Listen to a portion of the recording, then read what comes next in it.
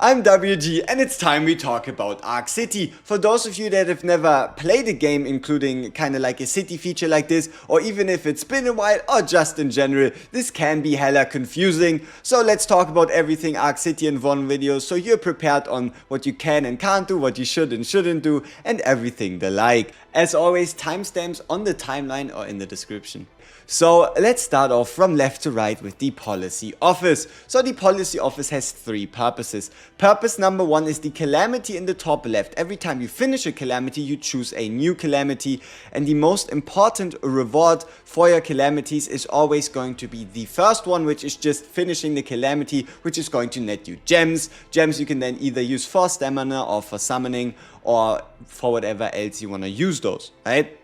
The way these calamities work is there's always going to be 3 stat targets in either happiness, administrative index, economic activity, or the public order index, and one of them can always like fall on the wayside, meaning if you were to choose for these points, you would always try to get the negatives in the stat that currently doesn't have one of these yellow bars indicating success. Also, what that means is if you reach any of these stat thresholds, you do get an extra reward that you can see based on you picking the policy for the first time. But especially early on, especially right now, that might not even be in your best interest, and that is if you take a look at this right here. We all know policies take a long ass time to get ready, and you have here the choice: either you reduce the days until the calamity by 2, or you only reduce it by 1. There can be scenarios where the day 2 actually sets back your progress towards these goals, but the thing is, it still gives more policy points, which means at least for the moment I would always recommend just going with the day 2 policy, because more policies are just more better. And then we also have point number 3, and that is right here: affinity. If you get a policy from a character, like for example Haru, and then you pick one, you're going to get affinity with the character, which can help you also further reach your affinity goals, but that is purely RNG. There's nothing much you can do about it.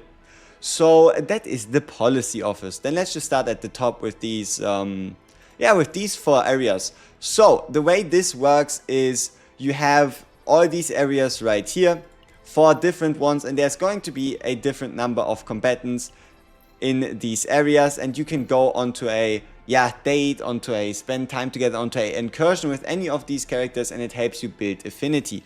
The thing though is, the more combatants you get, the less likely you are to find specific characters in here. Yes, you could get lucky and get your, for example, your main affinity target a certain number of times in a row, but sometimes they're just not there, and then, as dumb as it sounds, but you're just out of luck, right? You're just out of luck. Something else that can help, which we should also do right here, is, for example, if you do go on an excursion with the character, even if it isn't your main character, there is still a chance for you to walk away with an affinity item. It doesn't always have to be this currency. So that is just this excursion system. We talk a bit more about it when we get to the research facility. Next up we have the Starshine dinner. Something else that's obviously important is it only works for 2 chaos entries, so should you fail twice or do just 2 runs, keep in mind you have to refresh on some food. The Starshine dinner is a no-brain must buy because it just makes your life easier. So let's talk about what and where and how and whatever else the like. So let's start with the very strongest when it comes to just hitting hard. The 7% attack bonus for all combatants, Ocean Breeze Sushi said, is what you just want to go if you just want to defeat people, if for whatever reason you're struggling with damage, if you want to see higher numbers, if that is what you're looking for. Then you have the exact opposite, which is the Hearty Hamburger Steak Meal, plus 7% defense for all combatants. Defense isn't only responsible for defense-based damage, no, defense also determines your healing. HP in this game is only the max amount of hits you can take until you die, whereas defense actually determines how much you heal. So you don't heal based on max HP, you heal based on based on defense. So that means if you're struggling with survivability, and defense is also obviously responsible for shields. So if you struggle with defense, hearty hamburger steak meal is what you really want to go for. Then you have a good defensive and offensive mix for the cheesy hamburger steak, but honestly for the moment it's pretty irrelevant because none of us really have the crit chance to justify getting the additional crit damage. The 5% attack, 5% health is quite decent. It's gonna increase your max health, but honestly at that point might as well just go fully offensive. And then you have this one with health and passion attribute damage, which you could use if you run a predominantly passion team, or a instinct attribute team if you run a predominantly instinct focused team, with this one then being a mix between more health to take and more defense. And then this one is just full on health. But overall, your main choices are going to be the Ocean Breeze Sushi versus the hearty hamburger steak meal. And just to once again go over these claims, you can really read through all of them. It is good that the devs have fixed them. So for example here, recover health based on defense, right? It says it luckily for us right there. For the shield, it unfortunately doesn't tell you, but it should still be based on defense. You can kind of test it by picking a 100% shield card of a character with a lot of defense and a 100% shield card with a character with not a lot of defense, and you're going to see that the shield that the character with the higher defense makes is just bigger. And then obviously we have defense based damage, which is 210% defense and then also 30% attack. But the defense is 7 times more as valuable for that damage calculation.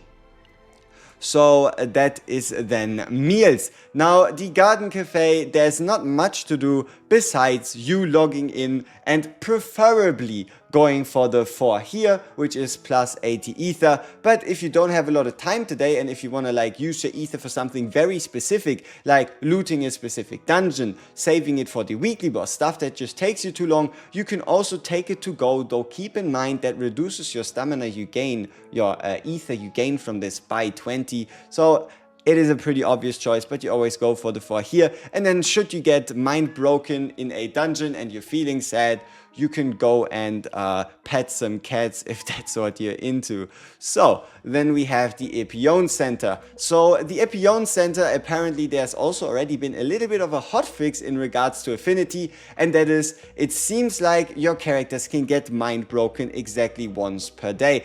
At least helps a bit with immersion, still doesn't stop you from breaking your character days in a row, but what that means is if you send them to the Epione Center and if you recover them, if you counsel them, then you still get that affinity increase, but it's not something you can permanently farm anymore. And then we have the trauma code, which is these 2 events, and I would always recommend already having finished or finishing the Renault event. Not only is the story good if you're interested in that, but you also get a lot of resources in the form of experience, gems, character upgrade materials, and all that good stuff, as well as also potential growth material, which you can either use for Renoa or Charon or Rin or even Tressa for any other Void combatant, because these aren't character bound. And now on to maybe the most important section, NoNo's shop and the research facility. So let's start off with NoNo's shop. If you do your policies, you get the extra currency, and then you can use this extra currency, but what do you spend it on? Let's first talk about the security code. Currently, security codes buying more past the Renault story doesn't make sense. This is just going to evolve into a catch-up mechanic for newer players should the devs put out more of these stories, and I don't think we really need to buy those, so don't waste your currency on these keys. Next up, research notes. Research notes are the key of what helps you make the most out of your policies. And there's another way to get research notes, and that is these policies. But the important part is the policies do give you back a certain amount of research notes, but you're always going to lose some in the conversion process, and the only real thing you will stand to gain would either be being able to finish your event faster, leading to more premium currency, which does then come at a price, or with higher grade policies you get like higher grade event stuff to help push your rating. So these are a bit more individual, and yes, you could also get affinity, but keep in mind these policies could be from anyone, no guarantees that this is for the character you're currently farming. And then here, yes, if you are currently capped on affinity or gapped on affinity and you just want to make that progress, it's not too bad of an idea to just buy a slice of cake or two to help your character get over the line. But in general, I would recommend just going for the research nodes. And with those research nodes, what you want to do right here is avoid this bottom line. So this bottom line is something that is not as useful. You want to avoid this as long as possible. I made that mistake and I paid dearly for it. So I mean, it's not that bad. It's frustrating. So it costs you 5 nodes to refresh this, but you see this bar at the top that kind of tracks how many nodes you have, and the more you have, the more you unlock. It only counts as a single node there.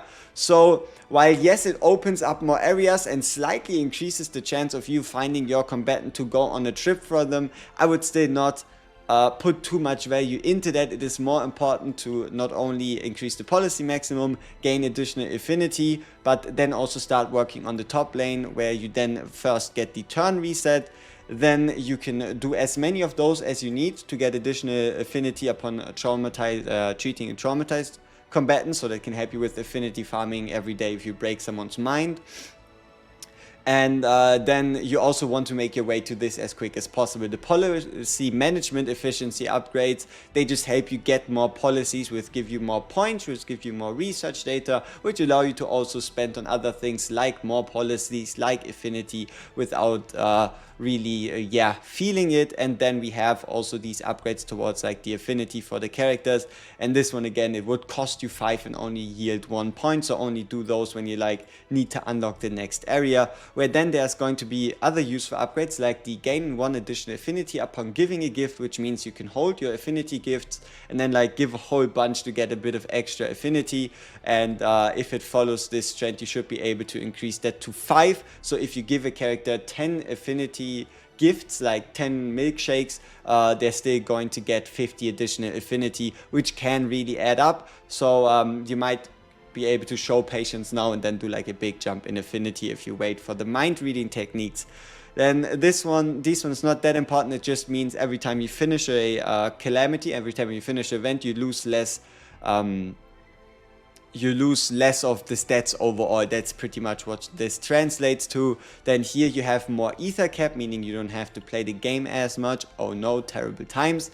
These ones are quite nice. The more maximum communication passes, allowing you to recover more people, allowing you to go on more trips with more characters. This would just be a shop limit. This is again mostly still the less of stats, more policy chances, meaning also higher grade rewards, higher grade progress, and the like, additional epiphany and all that stuff. This is all just going to take, and then we get more skills and more extra rewards, and then EP skill redraw protocol, allowing you to shuffle your EP skills on the left side instead of having to wait. So this is all just something for the future, but I hope you were now able to understand the basics. And as always, I hope you were able to take something away from this, and we see each other in the next one. Peace!